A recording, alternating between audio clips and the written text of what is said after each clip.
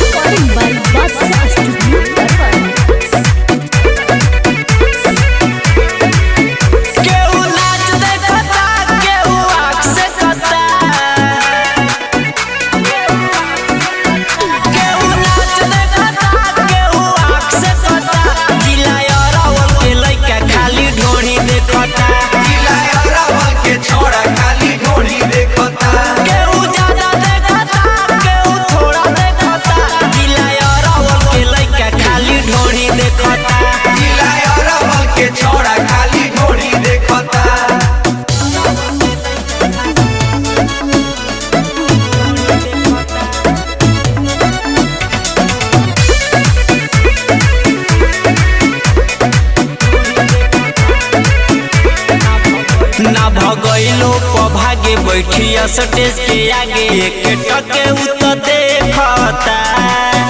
गंदा गंदा बातें बोले नोटे कके गोले गोले हमारा चोली पर फेंकता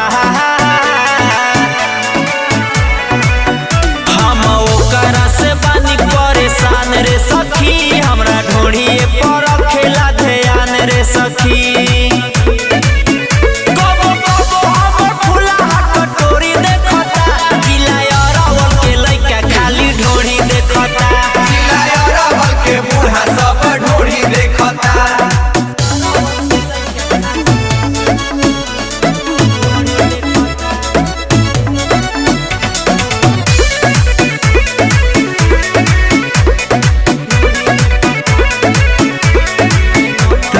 नमरी दिखावे आंखें मार के बुलावे हमरा रेहुटी के पीछा हो कहेले सारा धन खाली रखी दमन तू पूरा दना इच्छा हो आज लागता कि कली ही ने मान रे सखी हमर भीतरी के निरहु समान रे सखी